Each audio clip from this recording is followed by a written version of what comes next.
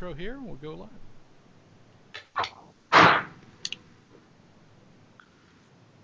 Well, good morning, everyone. Don Cramer with the Cramer Group at Urban Nest Realty. Hope you're having an awesome day. Welcome to the Tuesday edition of Coffee with Cramer and Colleen. And today we are excited because we have a very special guest joining us today.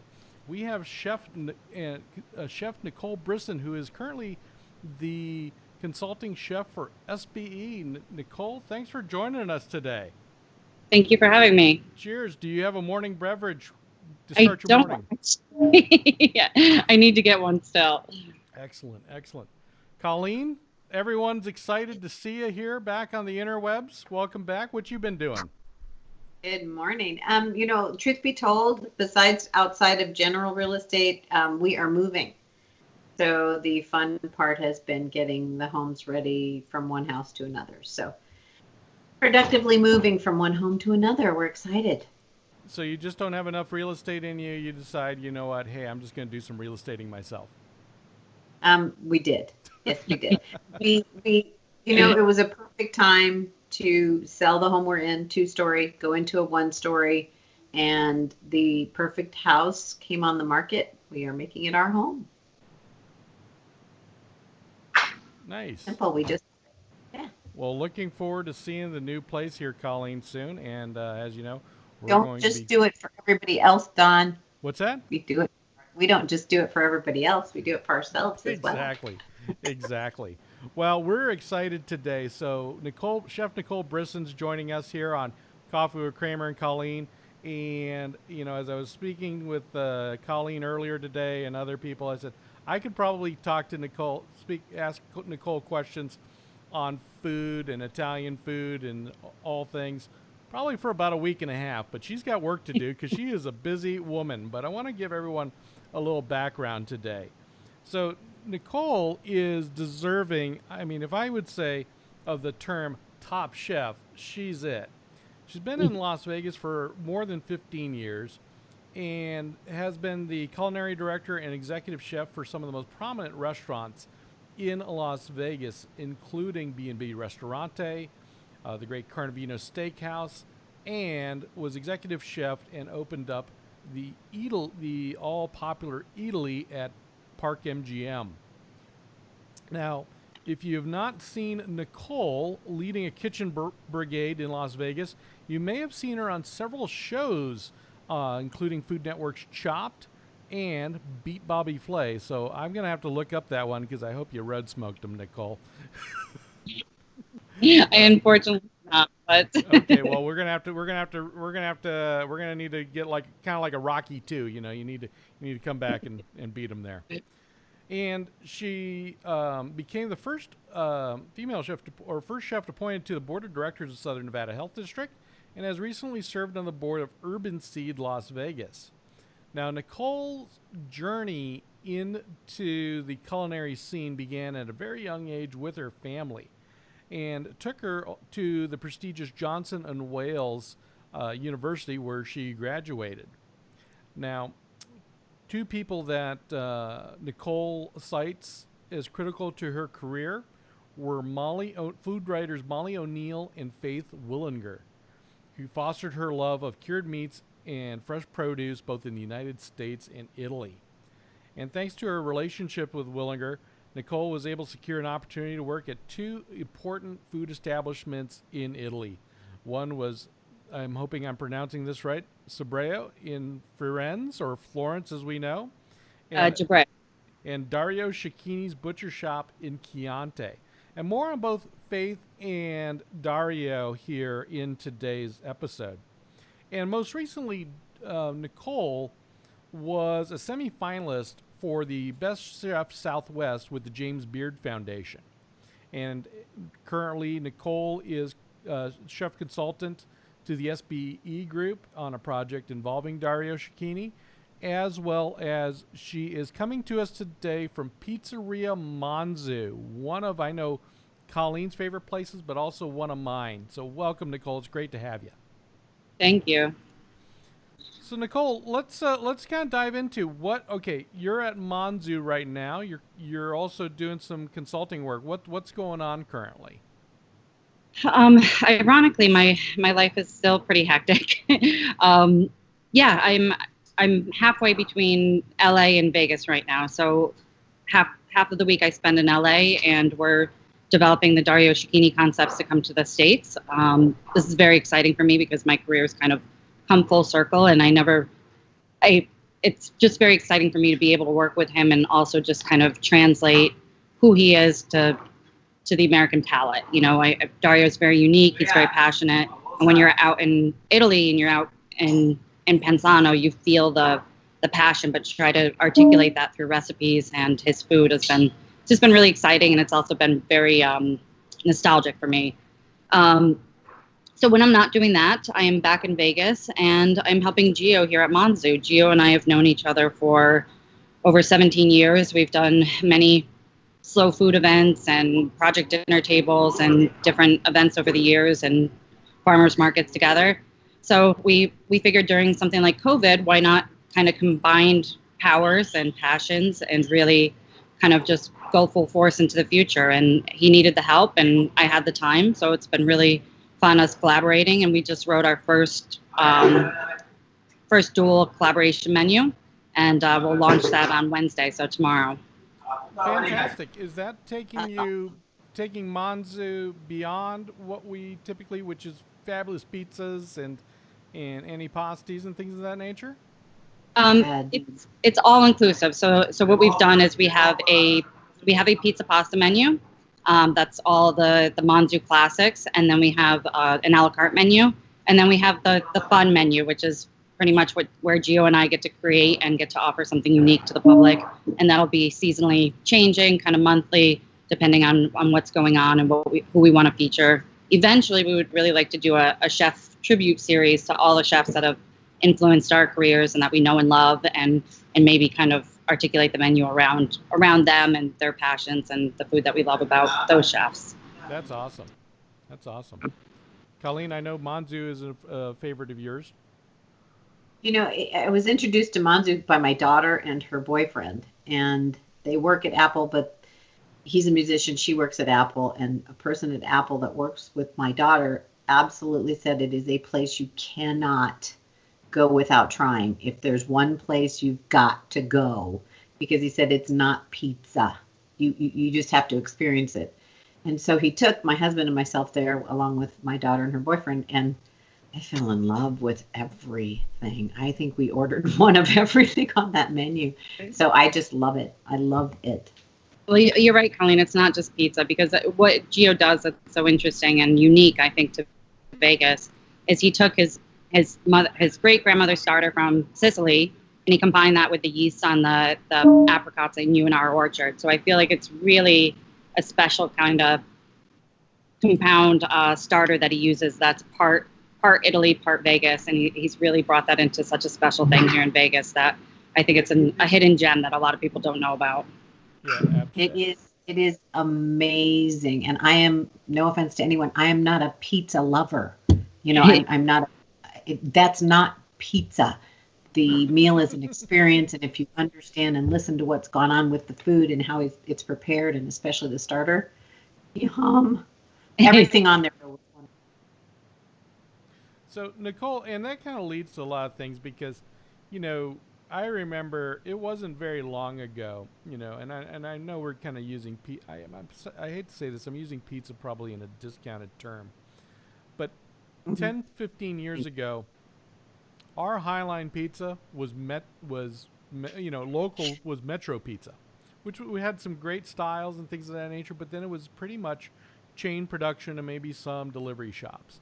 Then there was sort of an evolution with some different ideas coming in, both from back east with some of the brands, but then also to a desire to move to traditional style like you would see in Italy, both in sort of a Neapolitan style, the Roman crispy crust style with some of these places, and now you're seeing like that next evolution like Manzu. And I feel the same way about Italian food in general in Las Vegas. that we're kind of probably in this sort of third generation or third state of Italian food, and you're one of the people responsible for that in bringing these authentic dishes. So tell a little bit about sort of your that compare and contrast to what we were looking at as Italian food as sort of, let's call it Americanized stuff that sort of was basically brought over post World War II that most of us grew up with over the decades, and how that sort of evolved into Italian cuisine we're seeing today. Well, I think it's really interesting that you brought that point up. And Metro, I think, has been one of our staples here in Vegas, and they have evolved as well. And seeing what John Arena and Chris Decker have done over the years, it's really, for me, the one thing that I base it on is going to the pizza convention, because I go to the pizza convention every year. And I would say about 10 years ago, 12 years ago, when we first started going, it was, to be honest with you, it was just really crappy products. You know, it was not great cheese. It was not great flours. It was just kind of like, it was meh, you know, it wasn't really what it is today. And I think now pizza is sexy. Pizza is trendy. It's really kind of evolved into almost like a rock star kind of thing. And when you go to the pizza convention now, you know, you see Nancy Silverton, and you see, you know, these Caputo bake-offs and all these different flours and all these different blends, and it's really kind of morphed into something so much more. And I think it's our generation and people who are craving better quality ingredients, which is really a good thing, because I think it's really elevated our restaurants and our scene in general. And I can tell you, when I first moved to Vegas, it was really kind of a fight, you know, when you were trying to serve tongue and liver and just cured meats in general and offals and all kinds of things. It was really kind of an uphill battle. I had tripe on the menu, and people were so scared by tripe, you know. And now I would say in the last few years, when I did events with Locale, you know, we did braised beef tongue at the Audi Lake Las Vegas event, and it was really well received. I did anchovies at the Dawson School event, and, you know, we sold out. So it just tells me that people are really kind of, I don't know if they're becoming more traveled or more adventurous, but we definitely have a better clientele that really appreciates better Italian cuisine. And I think that's coming from people just kind of pushing their boundaries and realizing that Italian food is not just pasta pomodoro or spaghetti and meatballs or a pepperoni pizza. It's something so much more. You know, it's really about the artisanal ingredients, trying to find those original ingredients from Italy, like Nepatella and Bresaola and tripe and different things, and really kind of translating them into a way that Americans want to eat it and they understand it. Absolutely. And you know, I know one of the people in your biography and journey who I recall who really kind of changed some of the product scene here in Las Vegas was and his name is escaping me at the moment, so good on you, Don. He was chef. He had the seafood place at the Wynn, and Paul Bartolotta. Bartolotta, yeah, exactly, Bartolotta. And they explained how the journey was to get product from the Adriatic and the Mediterranean to Las Vegas in time to deliver such amazing fish that we had never been exposed to here in Las Vegas. Yeah, I mean, what Paul was doing was so unique to especially his time. I mean, he really kind of pushed the barriers. And for me, after living in Florence and going to Liguria for the first time, it's such an amazing experience. The clean olive oils, the fresh, simplified seafood or grilled seafood. I mean, it's just a whole nother level of eating. And he brought that to Vegas, which was really crazy. I mean, we would open up these styrofoam boxes with just live langoustines. I mean, these beautiful, moving, gorgeous langoustines, and the slipper lobsters, and cicala, the moleke, which are the tiny little crabs, you know, all these great things that Vegas had never seen before. I mean, you paid for it, but it was some of the best seafood that you could find in the States, I think. Oh, and we paid for. I remember paying for it. Some of the turbo. I mean, just amazing product, and like you said. So one of the things Colleen and I were chatting a little bit about before joining in today, is to your journey wasn't just Italian food, but also you had a journey into charcuterie, cured products, beef, things of that nature, and then it sounds like the genesis of that was your time with Dario, and then that resulted too. Also, you hear Carnevino, which was at the time one of the top, was probably recognized as one of the best steakhouses, if not the best, in the United States. And I've got some questions about, one, to sort of that journey, but two, also kind of comparing and contrasting how we look at beef in the United States and steaks, and how they perceive it there in Europe, especially like places like Italy. So it's very different. I remember, I was working in Dario's butcher shop when I was 21 years old, and I'll give you a very good memory. So the first time I worked in this shop was during August when all the restaurants closed. So I was working at Gibreo down in Florence, and the husband and wife from Castello d'Ama, they took me in during August, and my next stage that was slated was for Dario. So they took me to Pinzano and had me meet Dario, and I was in a blouse, some capri pants, like khaki capris, and heels. And Dario took one look at me and he said, "You're going to work in my shop," in Italian. And I said, "Well, I hope so. I want to." And he said, "Okay, you start now." And I have this crazy memory of, like, I'm in these heels and I'm like standing on this 3-legged wooden stool with my arm right down to like my shoulder, just stuffing sopressata into this casing. And as soon as he saw that, he said, "Okay, you're hired."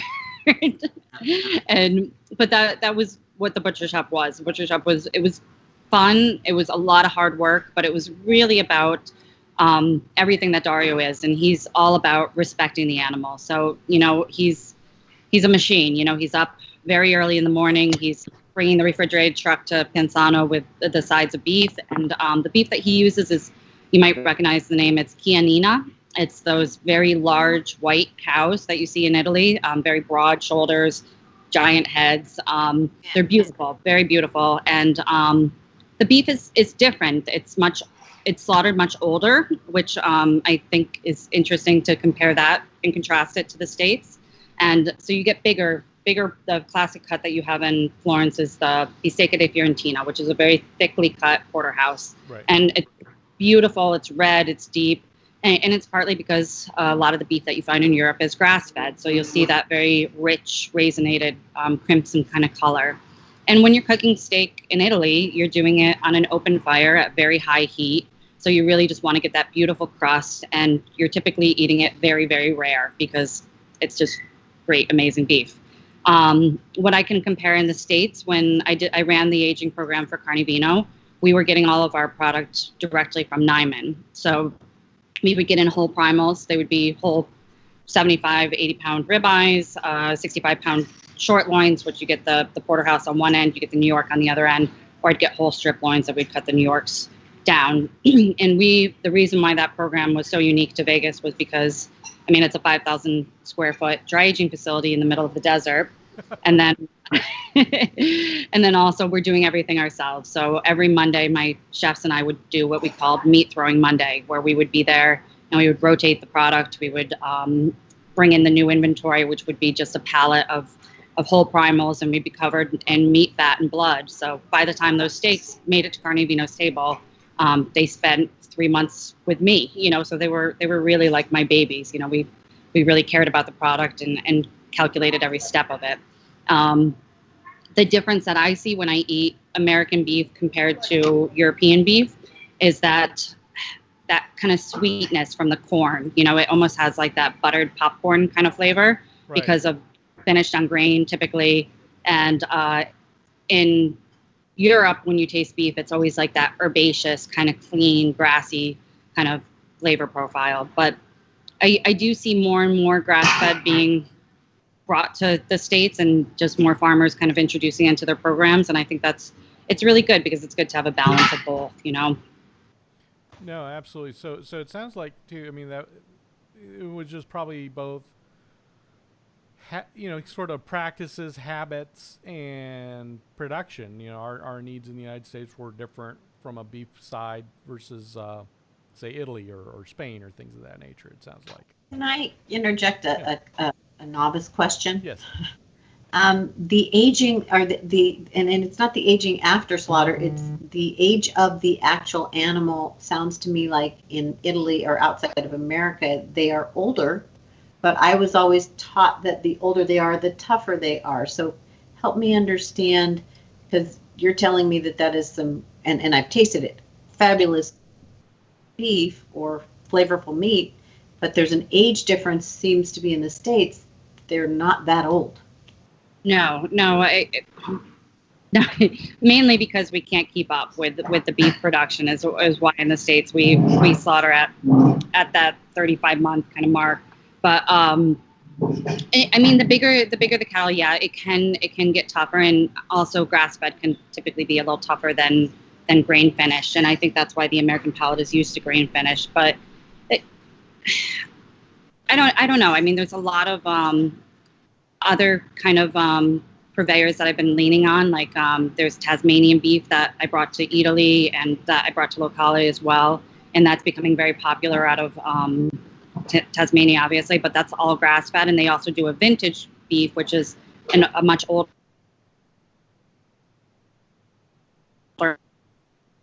reserve quality, like the aged steaks that we had, but it's just actually an older cow, and it has those same kind of characteristics. So I think it also depends on the breed a lot. You know, I mean, like I said, the Chianina is like one of the most famous for Spain and Italy, but it's also your preference. You know, I mean, I think Americans are just used to, I think that's why dry age is very popular in America right now, because the more you age the beef, the more the enzymes break down and the more palatable the beef becomes. So the longer you age, it becomes very silky and easy to digest and easy to eat. So I think that's why the popularity of aging has taken off as well. Does that kind of answer that? Yes, thank you so much. Absolutely. So it's is aging a popular thing in Europe? Not really, actually. Okay. We brought it to Hong Kong when we opened Carnevino Hong Kong, and I think that was definitely before its time. You know, we got a lot of complaints, and you know, there was it now it's becoming more popular because I think it's more of like a sophistication thing, but it's different. I mean, the flavor profile gets funky. You know, the longer you age beef, it can take on those gorgonzola kind of truffle characteristics that a lot of people aren't used to. You know, I have a doctor that you see at Carnevino all the time, and I would always have to pull the younger steaks for him because it reminded him of decomposition of bodies when he was going through medical school. So, you know, I think it's all personal preference, you know. Well, and then it's probably studying too. Is like as Colleen mentioned. I mean, she likes things like liver. I mean, I love herb-based things like truffles and mushrooms and gorgonzola. I don't think I've met many blue cheeses I don't like. So I mean, I think if you are into that, the idea of aged beef or even older beef that is slaughtered overseas in Europe would have an appealing characteristic to you. Yeah. So so with Dario, is there anything? So you're working with SPE Group. Tell us a little bit about that. So SPE Group, they're a very interesting group because they're all encompassing. Sam owns hotels, nightclubs, and restaurants. So he's had a lot of success recently with kind of developing a lot of the fast casual brands. You're probably familiar with Katsuya and Umami Burger, and they just recently launched Sam's Crispy Chicken, and trying to think of the derivative of Katsuya was Crispy Rice. And these are all the kind of concepts that are going into the ghost kitchens, which are becoming much more popular now, especially with Uber and Caviar and Postmates. And those are all for those kind of delivery platforms, but there's also brick and mortar restaurants as well. The Dario thing is very interesting. Their first restaurant that they opened with them was in the Bahamas. They have a steakhouse there, and you know, we just kept saying, how can we really, really express Dario? So we're really trying to show who he is and his passion through the food. And I'm taking a lot of the classics. For anybody who's been to his shop and knows his food, he has his polpettone, his what is it? It's called sushi di Chianti, which is like his tartare. Just like a roast prime rib that we're turning into basically pizza, pasta, and panini. So we're taking all those things that Dario's known for, fennel pollen, sausage, polpette, and we're translating into all those kind of foods that would work in a American kind of fast casual concept. That'll be the start of it, and then he'll have more of a fine dining restaurant in Detroit down the road. But the first step is getting into the Manhattan West project and starting there. Fantastic. That sounds exciting. Anything here. What's that, Colleen? Bring it here. Bring it here. I want one. Yeah, we'll take 10. We'll take 10. So, Nicole, you mentioned another name, and I hadn't heard this name in many years, probably about 15 years for me, and it's Faith Willinger.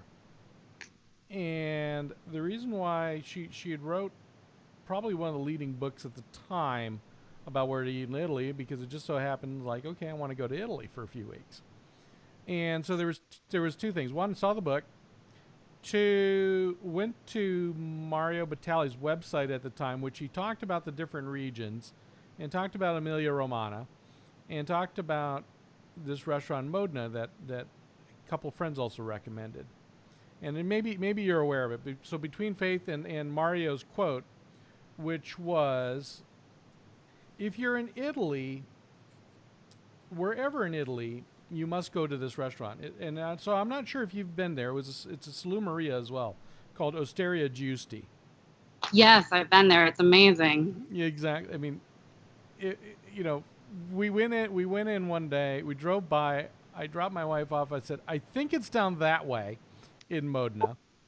And I went to go park. Between her and one of the proprietors, they figured out that at 1:30 they had a spot open. And I remember walking in, and the waft of the scent between the cheeses, the oils, the prosciutto, the hams, everything, just it sort of hit you like you were walking into a perfume shop. Yeah. And I'm like, okay, this is kind of interesting. And then you kind of go behind the counters, duck your head, round, and around, 4 tables. Yep. No menu. Still top 10 list of greatest dining experiences of all time. Nice. And it's what's amazing, because also to Italy, there are great places of cuisine, but for some reason, Italy for me has a level of care, concern, product, discipline from the bottom to the top in most cases. I can count on one hand how many, probably no, 2 fingers, how many probably of 3 weeks in Italy in meals. And I've been in other major cities that are renowned for their cuisine, and some of it is they're kind of resting on their laurels. But in Italy, for some reason, there is a passion and an artisanship that goes from the home to the finest restaurants in the nation. I think it's just about the simple, fresh ingredients. And when I worked in Italy, when I worked at Ciabreo, when I worked for Dario, everything was such close proximity to the restaurant. When I worked in Florence, we were getting everything from the market that was literally stone's throw away from the restaurant that morning. We would not keep anything from the night before to the next day. It would be consumed that evening or that lunch period, and then basta. You start all over. You make everything fresh the next morning. It's just the way of life, I think, and that's what I love about Dario, and what I really want Americans to understand about his brand and his concept is that, something as simple as a porchetta, it's about the pig, it's about its life, it's about what it consumed, how it was raised, how it was slaughtered, and then also how we treat it as chefs, and the simple rub of the fennel pollen that was picked from his land in the morning, and the rosemary that was picked from his land, the sale di Chianti that he makes, it's from the local juniper berries, and the laurel leaves from his vineyard. Everything is just so clean and so simple, and we're not overcomplicating it. And I think that's what, as Americans, we do sometimes is, you'll see 5 squeeze bottle sauces or 6 garnishes, and we don't need all of that. We just need to keep the purity and the integrity of the dish. And I think that's why it's so interesting that you met Faith Willinger. And for anybody who doesn't know Faith Willinger, the best way I can compare her is she is, to me, kind of the Julia Child of Italy. What she did, she moved to Italy at a young age, and she started doing cooking classes in her home in Florence. And she married an Italian man, and she just tours all of these small areas throughout Italy, and she finds the best of the best tomato, the best fennel pollen, the best oils, the best vinegars, the best wines. And she just really celebrates those Italian ingredients and exposes them to Americans, and does classes and just enjoys food and life. I mean, she's one of the most fabulous people I've ever met. I was introduced to her at a very young age, and she really she changed my career. If it wasn't for her just kind of setting me up with these stages and introducing me to these Italian chefs and restaurateurs, I would have never probably opened up my pathway to Mario in the future. What happened was I came back to the States after being very broke and doing stages for free for 2 years in Italy. And I wanted to move to the West Coast, but I was broke and I didn't know how I was going to do it. And I staged at a number of places in San Francisco and San Diego. And I loved California, but it was just so expensive. And I ended up meeting Stephen Kalt, who opened in the Wynn before with Bartolotta and Mark Potovan and all the great chefs that started the Wynn. And Stephen and I met in New York, and I knew one of his very good photographer friends who I did his wedding at the small farm-to-table restaurant that I was working, and did a number of interviews in New York with him. And I literally packed my car and drove cross country and moved to Vegas 17 years ago and opened the Wynn. And that's how I ended up here. And after a couple years at the Wynn, I wasn't sure if I wanted to move out of Vegas or if I wanted to go back to New York, or really what I wanted to do. And that's when I met Zach Allen, who was the first culinary director for Mario Batali. And I interviewed with Zach, and then I ended up opening B&B. I became the chef de cuisine at Enoteca San Marco, which then became OTTO. And then that's when I really opened up the Carnevino doors for me. And I was at Carnevino as the executive chef for 7.5, 8 years, running the dry aging program, which was such a passion project for me. And so phenomenal. No question. And then too, I mean, what has been great too, Nicole, is that exposure. Your apprenticeships, your internships in these great places, and then coming to Las Vegas and being at the top restaurants. Now your next phase, which we're starting to see, and this is what I love about our community, is this sort of next wave, which chefs are branching out from the strip and doing projects of their own. And I know you started with Locale. I know you're discussing some other things. You're working with Manzu, but you're also doing some other things kind of beyond as you sort of look forward to the future. So seeing you bringing this mind share, then, but also too, you're bringing you and other chefs are bringing an ecosystem of purveyors and resources now off strip that Las Vegans, for our, as somebody likes to call our humble little burg, 2.25 million are able to really start enjoying. Well, it is a very small community, a small culinary community, as you know, and it's been. I think that for years, when I first moved to Vegas, I saw chefs move out of Vegas as quickly as they moved in. And now you have this really great chef community of people who are about my age, like Brian Howard and Justin Kingsley Hall and Chris Decker and trying to think who else, Ralph Brazzo, like all these great chefs who are in their mid-30s to 40s. Now Josh Smith has ventured off the strip. He's taking over the Andiron location. And it's just been so much fun for me to feel a part of that community, because I came from upstate New York, where it was a very, very small town. We started the first farmers market, and it felt like this great community. And I never really had that in Vegas. And I think the start of it for me was joining the Board of Health and becoming very involved in that process, which is a very slow, time-consuming process. And one of the things that I did after I left Locale, when I had some time to kind of breathe, is I got together with this group of amazing women that have been coming into the restaurants that I've worked over the years, and we just started a slow food chapter that just got approved. So we tried to do it 10 years ago, and it never really had any traction, and now it's starting to get traction, and we're really, really excited to announce that very soon and bring it to Vegas. And I think that's just the start of many more things like that. And like you said, getting James Beard nominations in Vegas this year was a huge movement for us, because it means that we're being recognized as having great restaurants outside of the Strip. And that was never really a thing, because it was just like, oh, Vegas is the big hotels and casinos, and there's not really great restaurants. It's just chain restaurants or fast food. And now we really have some amazing places where I never have the need to dine on the Strip when I'm on my days off. I was at EDO last night for my friend's birthday, and it was just so spectacular. I mean, we did the tasting menu, and it's so affordable. It's $60, and we had some of the better food than I've had in the Strip in the last 10 years. It was fantastic.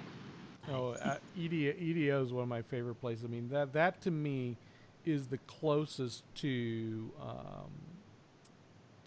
what you would find in San Sebastian or Barcelona. I mean, they when I see that they're doing gin and tonics, right? Which, if you're in Barcelona, the gin and tonic is not the gin and tonic we're used to here. Yeah. You just exactly. sign up for those. But the food at EDO is fabulous. And like you said, too, I mean, there's so many great places. And this kind of brings me around to a little quick round I've got here for you. Colleen, what else? Any questions for Nicole? Off side note, when you speak farmers market, is there anything here you would suggest, or a place that you would suggest for a good farmers market? Do we actually have anything like that? We do, actually. Carrie Claspy still has her farmers market downtown on Saturdays. And then there is a small market at Eataly still, where some of my purveyors, like Herbs by Diane, she's there usually most weeks. And then there is one that started over in Silverton. And I've been trying to bring another one kind of to the Southwest area for a while now, but I just need to find the right people and the right location. But I'm hoping to bring some other markets to Vegas. It's just, I need to morph myself, or say many clones of you. It's not enough time in the day sometimes, but definitely I think the Southwest is in dire need of one, and then some other areas in Vegas as well. I'm pretty sure Henderson doesn't have anything really big right now, so if we could do some bigger things there, I think that's something that we can do in conjunction with slow food, because we're going to be focusing on a lot of these small farms and small purveyors, and maybe that's our launch event, something like that. I would, and I know a lot of people would be very interested in a good farmer's market. And when you say where you would go for certain things, someone such as yourself, we're going to listen to instead of just, they've got great produce at Whole Foods. Yeah. I get this. I'm looking more towards exactly what you're speaking of, where we can get a palate and a person that has all the experience and knowledge, and say, this is where you will find those things. Well, it's so funny that you say that, because in the last brunch menu that I did at Locale, the biggest feedback I would get was like, oh my God, the fruit tastes like fruit. Like the strawberry actually tastes like a strawberry. Yes. It's so funny that we have such nutrient deficient vegetables and fruits that we're eating out of grocery stores, which is so sad in so many ways, that we really need to get back to strawberries that taste like strawberries. Yeah. And just in a little note, I grew up in Phoenix, but we were on the outskirts, and we had more fruit trees than I can tell you. So fresh grapefruit, fresh lemon, fresh tangelo, fresh orange, fresh plum, fresh peach, fresh fig, fresh dates. My mother would send us outside and say, go get your dessert. Yep. Go get your snack. And so when I taste things right now, it's like, missing something. They're not the same. Yeah, so let us know where they are. We'll go get them. So real quick, I think this is important because I think one of the big things is where do the chefs eat, and you'd indicated a couple here, and so Nicole, tell us a little bit about some of your favorite places. Well, obviously, I told you I was at EDO last night. That's one of my favorites, and it feels like a mini family because a lot of the staff there used to work with me at Carnevino, so it's always fun for me to go there. Yui's one of my hands down favorite Japanese experiences. It's from the sushi maker's hand to your mouth. Like, it's just very simple sashimi. He ages his own soy sauce. He takes the bran off the rice himself. It's just like this. He's an artist. It's when I have guests in town from Italy or anywhere else that really are craving great sushi, that's where I take them. Raku has always hands down been one of my favorites, go-tos. The tofu there, the skewered beef intestine, the silver skin, any of the sashimi specials that he has daily are fantastic. What else? Sparrow and Wolf is a great local place. That's Brian Howard, who's a good friend of mine. We just had the lamb barbacoa there that he's doing right now is phenomenal. Can't wait for Justin Kingsley Hall to open Main Street Provisions. That's coming soon, which I'm very excited about because that'll bring us more of a downtown scene. If you're looking for great wine downtown right now, I never pronounce it right, but Gergist is one of the favorites for some kind of exciting, different wines that you can't find anywhere else. If you're in the west side, Marché Bacchus for good wine, good food, beautiful ambiance. You're right on the lake there. And Jeff and Rhonda are fantastic hosts anytime you're in the restaurant. There's so many now. I feel like I always forget. And then not to mention like all the little ethnic gems that I love eating Korean barbecue. I've pretty much been to every Korean barbecue place. For me, it's great because I do have celiac disease. So it's usually just meat and fermented vegetables, and it's good for me, so it's a good go-to. There you go. But there's, everything, pho, there's fantastic places for pho now. I feel like we have one of the best Chinatowns in the United States right now, as John always likes to say, but we've really kind of, Shanghai, or what is it? Shanghai Taste. Shanghai Taste in the new plaza there. The soup dumplings, it's fantastic. But yeah, we're spoiled. We're really lucky. When I go back to upstate New York and everything closes at 9:00, and the most exciting place is a pizza place that sells quesadillas. You're like, man, I'm really lucky to live in Vegas. Yeah, absolutely. So real quick too, I want to kind of back up for some people because a lot of people may not know this, except those that are real foodies.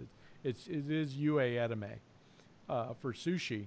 And, like you said, this is not, if you're thinking about rolls, don't go. Yeah. This is the real thing. This is what you're going to experience in Tokyo, Yokohama, in a very elegant artisan type of experience.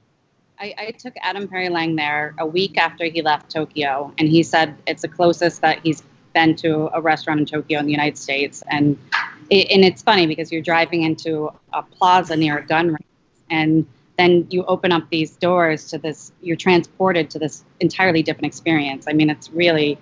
It's for anybody who hasn't been there, you have to go just to experience it. Absolutely. And it's right there off of Spring Mountain in Arville, like you said, the gun store there. It's been there since I moved here. Lo and behold, one of the finest Japanese sushi experiences in the country is a parking stall away. Nicole, if there's one thing, let me ask you two quick questions real quick. One is, do you have a guilty pleasure restaurant? I would say that would have to be probably Korean barbecue. Okay. Me too. Well, no. Honestly, there's this place in Vegas, and it takes me back to my childhood, and it's called the Polish Deli. And there's like juniper kielbasas hanging. Is it and the one on Charleston? Yes, yeah. By Hiroyoshi? Yes. Okay, I've been in there. So we've talked about Italian food this whole thing, but my family is actually Czechoslovakian, Polish, French, and Ukrainian. So I grew up with all those Eastern European foods. my mom made fantastic pierogies, galumpki, Hershey. You know, we celebrated Vileja around Christmas, and you know, a really good babka just transports me back to my childhood. So that would probably be my guilty pleasure. Good. That's awesome. And then secondly, and then speaking of that, because you know you talk about Eastern European, we don't have a lot of that type of food. Is there a style of food, type of restaurant you would like? God, I really wish we get one of these in Vegas. And because I've had that conversation with several food people, because there are I am surprised there's a few things we're still missing here. There are a few things. I mean, definitely Eastern European food. I mean, Nina's doing a great job at Forte. I always go there when I'm kind of craving some of my mom's food. And that's kind of the closest we have right now. But I mean, Nina's not even, she's more like, she's from, I forget where she's from. I don't want to misquote, but I think she's not from necessarily where my family is. So it's slightly different. But I would like to see like a really, really good Polish restaurant, even though it sounds very unexciting to most people. But German food, I would say we're still lacking. You know, we have Hofbrauhaus and a couple little gems, but we don't really have great German food. What else? I mean, we're getting there. Indian food has really grown in our city this last 5 or 6 years. You know, we've got a lot of better places. We've got a great vegan scene right now, which I think is amazing. Mm-hmm. Can't tell you how many friends I have in my close circle who've now become vegan, which is challenging to cook for, but interesting at the same time. I don't know. I mean, what are you missing? I guess where I'm still feeling like we're still challenged because we've only got one or two options is a classic Jewish deli. Yeah, that's very true. That's very true. You know, we're you know, it's like you would find in LA with like Langer's, or, you know, I know they try to do a Cantor, you just, you know, that pastrami you're seeing, you know, just being sliced right then and there.